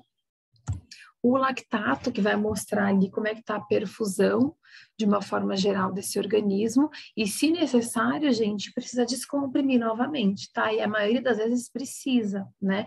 Precisa descomprimir na internação, ou às vezes a gente, antes de entrar em cirurgia, precisa descomprimir também, tá? Posicionou o paciente decúbito dorsal, ele vai ficar mais, vai piorar ali a ventilação dele. Então, às vezes a gente descomprime antes de se paramentar. E muitas das vezes, o que seria ideal é a gente conseguir fazer a sondagem orogástrica, né? Mais do que ir lá e ficar funcionando para descomprimir, quando o paciente começar a entrar na parte em anestesia, né? Tentar fazer a sondagem pela boca para conseguir diminuir e esvaziar isso mais rápido, tá? Mas nem sempre é possível, porque se tiver torcido ali na região de transição, né? De esôfago para estômago, a gente não consegue sondar. Então, na intervenção cirúrgica, né, nós faremos uma celiotomia mediana, tá? O acesso, comentei para vocês já, que é o acesso pré-retroumbilical, né, lá do chifoide até o mais caudal ali que for necessário, tá?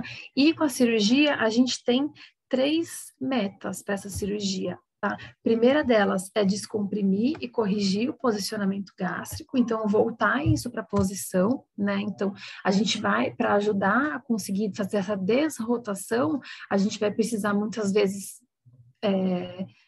funcionar ou sondar, porque está tudo muito dilatado, né? Para eu conseguir voltar para a posição, então precisa muitas vezes descomprimir antes de desrotacionar, né? Segunda meta da nossa cirurgia é a gente avaliar e tratar as lesões secundárias, né, do tempo que esse ficou torcido e comprimido, né, isquêmico, a gente vai precisar avaliar os órgãos que sofreram com isso, né, então eu falei para vocês que o baço, ele vai se deslocar, né, muitas vezes ele vai torcer também nesse momento, tá? Então, se ele tiver torcido, a gente vai precisar fazer esplenectomia também, e muitas das vezes a gente vai precisar remover uma porção de estômago, né? O estômago não ficou ali muito tempo isquêmico, pode ser que tenha tecido necrosado, né? Então, às vezes precisa remover esse tecido e aí partir para uma gastrectomia. E a terceira meta é prevenir recidivas, né? Como a gente não tem fechado certinho o que predispôs esse paciente a ter aí a torção, né? A gente tem que prevenir que isso aconteça novamente, né? E para isso a gente vai fazer uma gastropexia, que é a fixação do estômago, né? Da região que deslocou, que é a região do piloro, ali próxima do piloro, na parede do lado direito. Então, aqui, ó, um abdômen com a torção gástrica, né? Falei para vocês que o aumento, ele vai, quando a gente abrir o abdômen, a gente vai ver o aumento recobrindo aqui todos os órgãos, tá? Então, essa é a avaliação aqui inicial. E aí, a gente vai tentando tirar esse aumento, né? Voltar ele para a posição e tentando esvaziar esse estômago. O anestesista ou o volante da sala vai tentar entubar, vai sondar pela boca, né? Para conseguir diminuir, ou às vezes a gente vai, nesse momento, pegar um catéter, puncionar e diminuir ali durante a cirurgia, né, com isso aberto. E uma vez que a gente vai reposicionar isso, vai pôr isso de volta na posição, a gente vai ver, ó, esse aqui tá super dilatado, né? Então, aqui já estava na manobra de voltar para o posicionamento ideal. E como que a gente faz isso, né? Eu não falei que é o piloro que vai rotacionar ali para o lado esquerdo, né? No sentido horário, a gente vai ter que rotacionar agora o estômago no sentido anti-horário, né? Então, a gente vai colocar a mão dentro do abdômen, né? A mão direita, a gente vai procurar o piloro lá no fundo do lado esquerdo, né? O piloro, ele é mais firme, mais fibroso, então a gente consegue sentir. Então, com uma mão, a gente vai procurar ele lá dentro, segurar ele, e a mão esquerda a gente vai empurrar para baixo, né? Então, a gente vai pegar ele com uma mão e empurrar com a outra, para a gente conseguir trazer esse pilório para o lado direito, tá? E aí, uma vez que eu colocar isso aqui no posicionamento normal, eu vou avaliar como é que tá esse tecido. Vejam aqui que feio, né? Aqui tá uma coloração normal, tá mais vascularizado, mas uma coloração normal. Olha esse tecido que feio que tá, né? Tá super isquêmico, tá? Muito feio por conta do tempo de isquemia, né? E aí aqui a gente... Peraí que acho que... Peraí. Vocês estão me ouvindo? Peraí. Sim, Marcela, tá dando para te ouvir sim.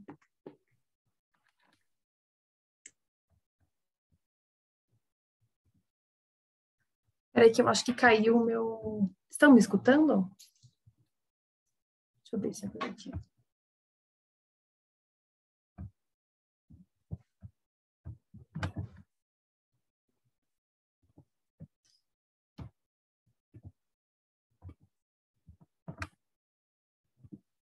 Desculpa. Vocês estão me escutando agora? Sim, dá para te ouvir sim. Ah, é porque mostrou que acabou a bateria do meu fone, aí por isso que eu desliguei. Então tá, desculpa, vamos lá. Imagina.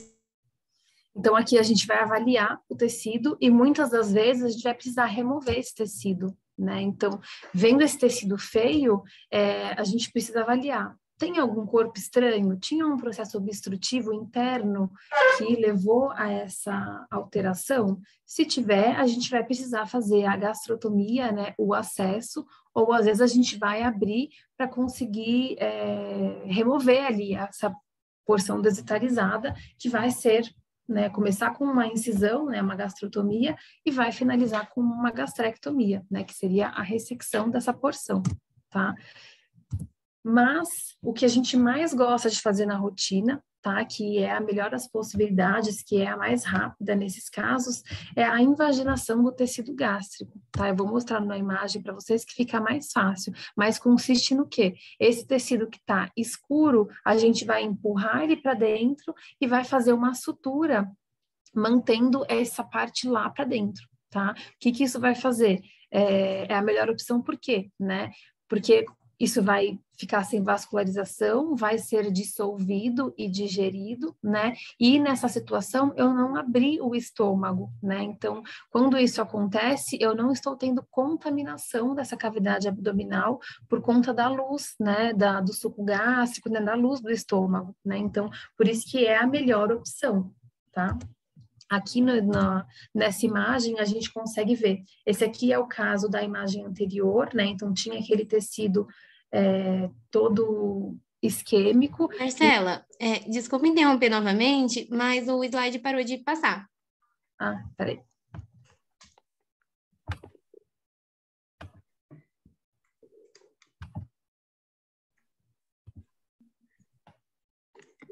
Deixa eu...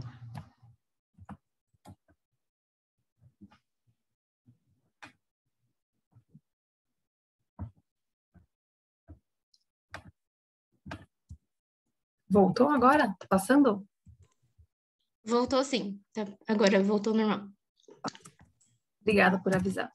Senão eu ia ficar falando, mostrando na imagem, né? Imagina, na hora que você comentou na imagem anterior, eu falei, meu Deus, cadê a imagem? Então, ó, vou voltar a imagem aqui anterior. Então, ó, esse tecido aqui, conseguem ver, né, a alteração de coloração, tá?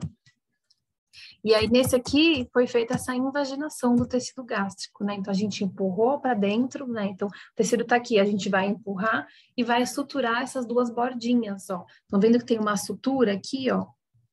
Quando eu fiz isso, eu vou fazer uma sutura que vai manter esse tecido lá para dentro, sem entrar com a minha agulha, né? Não vou ter exposição ali da luz do estômago, né? E aí aqui a sutura que a gente usa são suturas invaginantes, né? Que são a sutura ou de Cushing ou de Lambert, tá?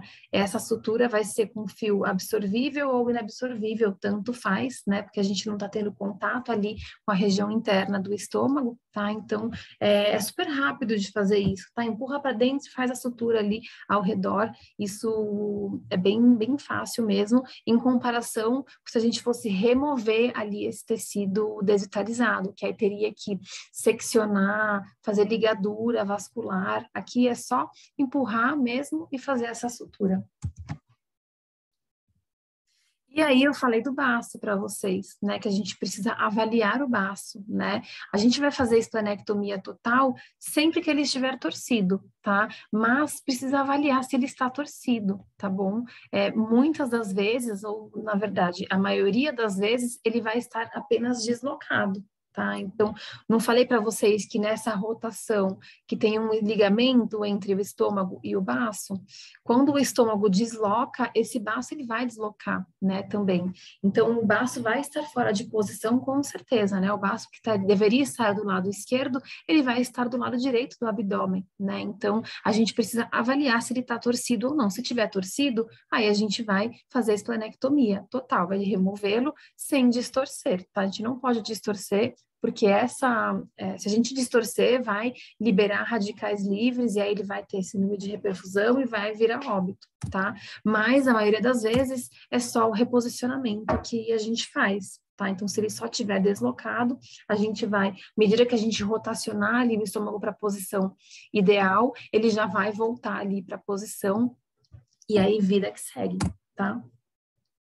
Aqui mostrando um caso de uma torção esplênica, tá? Então, como é que a gente vai saber que está torcido? A gente vai olhar a vascularização aqui próximo, né, do baço. Muitas vezes a gente consegue ver a região da torção, tá? Mas uma vez que ele estiver torcido, a gente vai ver que o órgão vai estar com sangue represado ali, então ele vai estar aumentado e pode estar mais escuro, tá? Então, esse é um principal indício aí da torção esplênica, tá bom? E aí, a última etapa aí da nossa cirurgia é fazer a fixação do estômago na parede abdominal para a gente evitar uma recidiva, né? Então, eu não falei aqui que essa região aqui do próximo piloro, que é quem se desloca lá para o lado esquerdo, a gente vai fixar essa região próxima ali da posição anatômica, tá? Para evitar que isso desloque, né? Fazendo isso, ele não vai ter a torção mais, lógico, ele pode ter uma dilatação, mas não vai torcer, né? E aí só uma dilatação, claro que ele vai ter complicações hemodinâmicas, alterações, mas elas são menos graves, tá bom? E aí, para fazer essa fixação da parede do estômago no abdômen, existem diversas técnicas, tá? A que eu mais gosto, que é a mais simples de ser feita, é a gastropexia incisional, que é essa aqui que está na imagem para vocês, tá? Então, o que a gente faz? Lembra que eu falei para vocês das camadas do estômago? Né, que a camada que a gente está olhando aqui agora, a externa, é a camada serosa e muscular, mas logo depois dela, aqui a gente vai fazer uma incisão só nas camadas externas do estômago, tá? Então, eu não tô entrando na luz do órgão, tá? A camada é uma incisão de camadas externas só, tá? Incisão de espessura parcial, que a gente chama, na região, né, daqui do cranial ao piloro, que é a região do antro pilórico, tá? Então, a gente vai fazer essa incisão, vai posicionar ali na parede abdominal, ali do lado direito, vai fazer a mesma incisão, tá? E uma vez que eu fiz essa incisão, a gente vai ter, ó, duas extremidades, conseguem ver, ó, o lado de cá e o lado de cá, dos dois lados, né? A minha incisão, fiz a incisão, ela vai abrir como se fosse uma boquinha, assim, né? E aí eu vou suturar um lado, né, o lado mais profundo ali da minha parede do estômago na parede abdominal, tá? Então, um plano simples contínuo aqui, E depois o plano mais superior, englobando as outras duas extremidades, tá? Então, assim, bem simples de fazer. Aqui pode ser plano simples separado, mas o simples contínuo também é bem rapidinho de fazer, né? Tem um resultado muito bom. Então, o que a gente quer aqui, a gente já deixou esse paciente muito tempo aberto, a gente já fez muita manipulação. Aqui, quanto antes a gente acabar, melhor. Tá? Então, a gente faz essa sutura mais rapidinha mesmo, tá? Que tem um ótimo resultado e é bem seguro, tá? E aqui pode ser fio absorvível ou inabsorvível sintético, tanto faz também, tá? Essa incisão ali, quando a gente fez essas duas bordinhas aqui, a gente está criando uma área cruenta, né? Uma área que a gente fez essa incisão, e isso vai fazer uma aderência a longo prazo, então, tanto faz o fio que vocês quiserem utilizar. Vai ficar aderido para sempre. E aí aqui mostrando, então, uma gastropexia incisional, ó. A gente tá vendo aqui, né, depois de ter feito já, ó, fica dessa forma. Ah, aqui também é outra foto, ó, quando começa a fazer. Faz a incisão, ó, tá vendo que abre aqui a nossa linha de incisão? E aí faz a sutura de um lado e depois do outro. Bem tranquilo de fazer. Pós-operatório desse paciente, internação pelo menos 48 horas, tá? Para monitorar os exames e muitas vezes coletar hemograma, bioquímicos, tá bom? A gente vai fornecer alimentação pastosa, tá? Por que alimentação pastosa? Porque é uma alimentação que vai ter uma digestão, vai passar ali pelo trato digestório mais rápido, tá? Então, a gente quer favorecer ali esse esvaziamento gástrico mais rápido possível nas primeiras horas, tá? Em pequenas porções, tá bom? A gente não vai dar grande quantidade de alimento nem de água para esse paciente ali na internação, tá? Vai corrigir desequilíbrios eletrolíticos, arritmias, que é muito comum aqui, tá bom? O antibiótico é importante, né, por conta da translocação bacteriana que eu falei para vocês, então a gente vai manter aqui, tá bom? A analgesia também pelo risco de peritonite e sepse. E o prognóstico, ele é sempre reservado, né? Então, vamos monitorar com os exames para conseguir falar, ó, tá evoluindo bem ou não, tá? Mas a gente sabe que a demora na intervenção cirúrgica, a presença de necrose ou às vezes de perfuração no estômago, isso vai piorar muito o prognóstico. Tá? Então, quando a gente abre a cavidade e vê que tem extravasamento de líquido, o tecido está muito feio, a gente sabe que a chance de óbito é grande, tá bom? Quando a gente faz a gastropexia, a gente vai ter uma baixa recidiva do quadro, tá? Porém, quando não faz, a recidiva é de 80%, tá? Então, gente, façam a gastropexia, é uma parte muito importante aqui desse procedimento. E aí a gente vai prevenir, né, a ocorrência de novas síndromes. Por mais que ele vai estar com a gastropexia, a gente vai tentar evitar, não estimular esse paciente a brincar logo depois da alimentação, vai dar uma alimentação mais fracionada, né? E vai fazer esse acompanhamento contínuo nele, tá bom? Para vocês terem uma ideia, pacientes de raças grandes ou gigantes têm a indicação já, né, do paciente quando vem para castração, por exemplo, já fazer a gastropexia profilática, tá? Para evitar que ele chegue nesses quadros, né? Então, sempre é legal a gente, como cirurgião, indicar isso, né? E às vezes no momento que eles vêm para conversar sobre a castração, a gente consegue indicar isso da forma aberta ou da forma por vídeo, cirurgia, por exemplo, né? Que seria melhor, né? É legal a gente fazer essa indicação, tá bom, gente? Alguma dúvida até aqui? Deixa eu abrir o chat que eu tenho um caso clínico para mostrar com vocês. Então, eu queria só responder as dúvidas antes.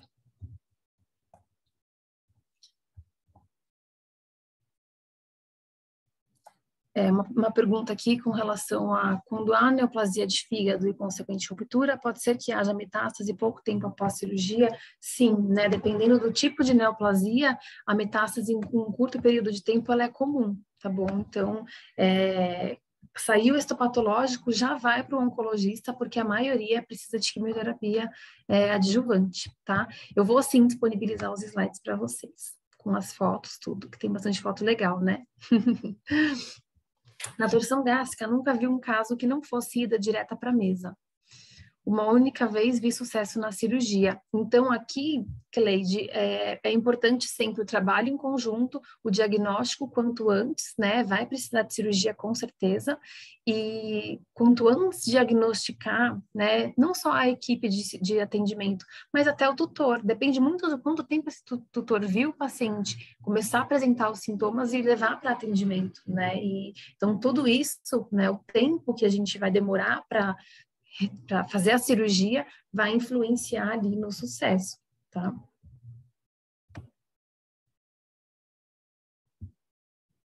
Qual as chances de um animal ter novamente uma torção gástrica? Se a gente fizer a gastropexia certinho, ele não vai ter torção gástrica novamente, tá? Ele vai ter só a dilatação.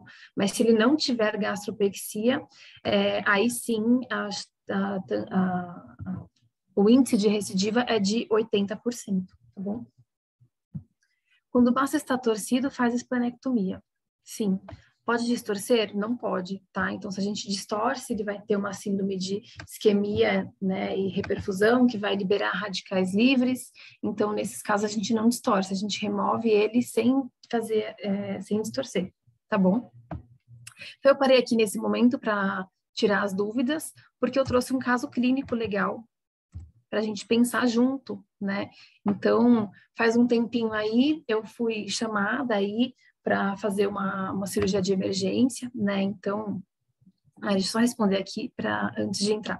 Faz a esplenec do mesmo jeito, isso, do mesmo jeito. Tenta identificar os vasinhos o mais próximo ali do baço, tá? Sem distorcer do jeito que tiver. Às vezes é difícil mesmo, Cá, porque tá tudo torcido, o aumento tá embolado ali em cima, mas não pode distorcer. Então, o caso clínico que eu trouxe para vocês, fui chamada para operar uma emergência, né, e me ligaram de madrugada e falaram, um hemoperitônio, o paciente está muito mal, vem correndo. E aí fui lá com a minha equipe de madrugada. Perguntei, mas vai me falando o histórico aí, né? E aí era um pastor alemão idoso, né? Não tinha histórico de acompanhamento com os exames, não sabia se tinha uma possível neoplasia, nada de alterado, né? Sempre foi muito saudável, tá? E quando ele chegou para atendimento, ele estava alerta, então ele chegou andando, mas o dono achou ele meio estranho, levou, ele estava muito ofegante, né? Muito taquipneico. E a pressão dele já estava quase próximo de 70, tá? Estava muito baixa, tá? Então, ele chegou andando, mas logo ele já caiu, ficou em decúbito lateral, a pressão não estavam conseguindo mensurar, as mucosas estavam hipocoradas, né? E aí falaram, mucosa hipocorada, tem sangue no abdômen, vem. E aí, o que a gente pergunta quando a gente é chamado para fazer um hemoperitônio? Qual é a análise do hematócrito, né? Fez hematócrito pareado? E aí fizemos, o líquido livre abdominal, o hematócrito do líquido livre está 15 e o do sangue está 30. Eu falei, mas está tão diferente, não é um sangramento ativo, né? Provavelmente é alguma efusão, alguma coisa que sangrou e parou, né? Porque está muito diferente. Não, mas ele está muito mal, tem que vir operar. Então, teve uma piora progressiva muito rápida, né? Então, beleza, vamos para a cirurgia exploratória. Então, eu fiz uma celetomia exploratória pré-retroumbilical, né? Na avaliação ali, antes de abrir, eu não vi nada de muito alterado, né? O paciente estava mal mesmo, em decúbito, então a gente correu para entrar em cirurgia, né? E quando eu abri, eu me dei de cara aqui com essa situação, o aumento recobrindo aqui todas as vísceras, né? E quando a gente fala de hemoperitônio, porque até então era um hemoperitônio, certo? O que a gente torce? Torce para que seja, né? O aumento recobriu tudo, a gente torce para que seja o baço. Então, vamos lá procurar o baço, né? Vamos olhar o baço primeiro. Olhei o baço gigante, assim. Falei, não tá sangrando do baço, mas ele tá firme, tá super aumentado, tá estranho, tá escuro. Não tá sangrando, que estranho. Alguém aí já tem uma suspeita, gente, do que é isso? Na hora eu fiquei meio encafifada ali, falei, bom, tem pouco de sangue livre, não era muito, mas tinha, vamos olhar o fígado. E na hora que eu fui ali tentar olhar o fígado, eu olhei isso, era o estômago dele. olha que feio que está o estômago, né? Então, a gente viu o baço daquela forma, a gente viu aqui, olha o momento que estranho que tá, né? Parece que tá edemaciado, mais esbranquiçado, e isso aqui era o estômago dele. Aí, ué, isso aqui é o estômago? Aí sim, gente, é uma torção gástrica, não era um hemoperitônio, era uma torção gástrica. Então, aí sim, vamos distorcer. Então, aí, distorceu o estômago. Estava aqui super feio, né? Super isquêmico. E essa região aqui, ó, era toda a curvatura maior. Então, a vascularização toda aqui da curvatura maior, que é da maior porção ali do corpo, do estômago, estava totalmente comprometida já, né? Uma tristeza esse caso. E aí a gente olhou, ó, começava a olhar aqui a face ventral, mas a face dorsal também estava assim, né? Então, esse caso, infelizmente, ele começou a apresentar muito pior ali durante a cirurgia, né? E ele veio a óbito, tá?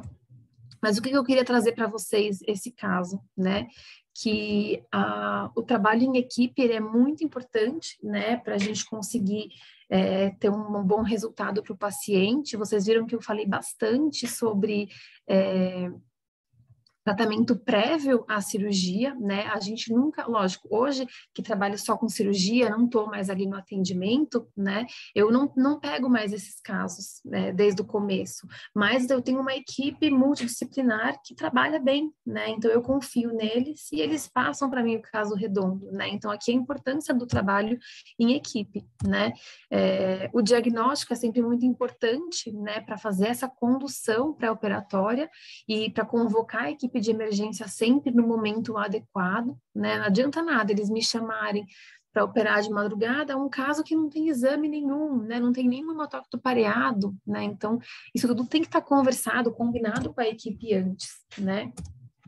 É importante sempre, nesses casos, ter um acompanhamento no pós-operatório, porque a gente falou de situações muito graves, que podem vir o paciente pode vir a óbito no pós-operatório, mesmo que a cirurgia tenha sido um sucesso, tá?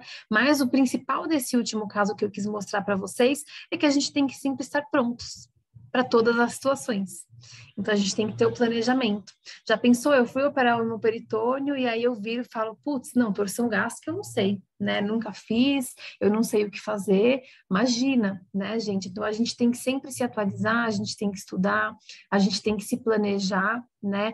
E nesse caso também, a conversa com o tutor é muito importante, né? Nesse quadro é que o paciente acabou evoluindo para óbito no transoperatório, né? Mas esse seria um quadro, como eu não conversei ali das principais complicações que a torção gástrica, né, poderia causar de lesão em estômago, que a gente não consegue remover como um todo, muitas vezes vai precisar fazer uma eutanásia, por exemplo, na mesa, ou ele vai vir a óbito no pós-operatório. Eu não conversei isso com a tutora antes, né? Então, talvez naquele momento eu devesse sair do centro cirúrgico e ir conversar com a tutora, né? Então, por isso que a gente tem que sempre tentar saber certinho o que está acontecendo, qual é a situação que a gente está indo operar e conduzir ali da melhor forma, conversar com o tutor, né? Porque as expectativas deles, eles querem que a cirurgia cure o paciente, né? E muitas das vezes não vai curar, né?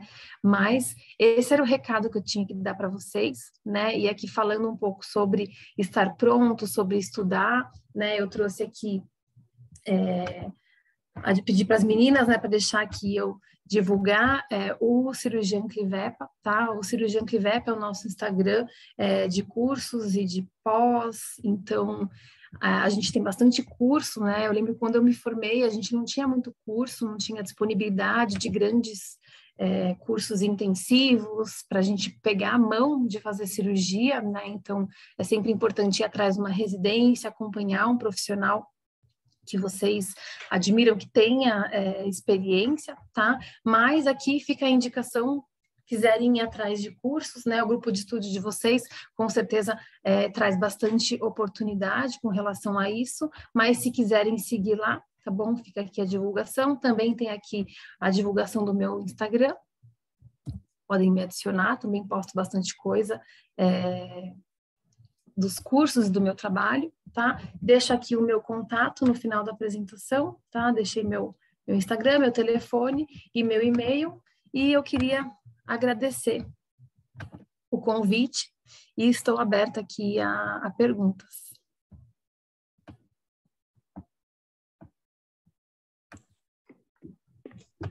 Nós que agradecemos, viu, Marcela? Muito obrigada, tá, por ter aceitado o nosso convite. Ficou alguma pergunta para trás que eu não respondi? Eu acho que não, acho que foram todas respondidas agora. Obrigada, viu, gente? Obrigada, viu, meninas? Eu achei muita coisa para falar, né, gente? Mas espero que vocês tenham conseguido absorver algumas coisinhas. Eu vou mandar aqui o PDF da aula com as fotos. É muito importante, é muito legal ter um grupo de estudos, né, para conseguir ir se aprimorando e para quando vocês se formarem, vocês estarem muito preparados aí para a vivência. E a cirurgia a gente tem que estudar bastante mesmo.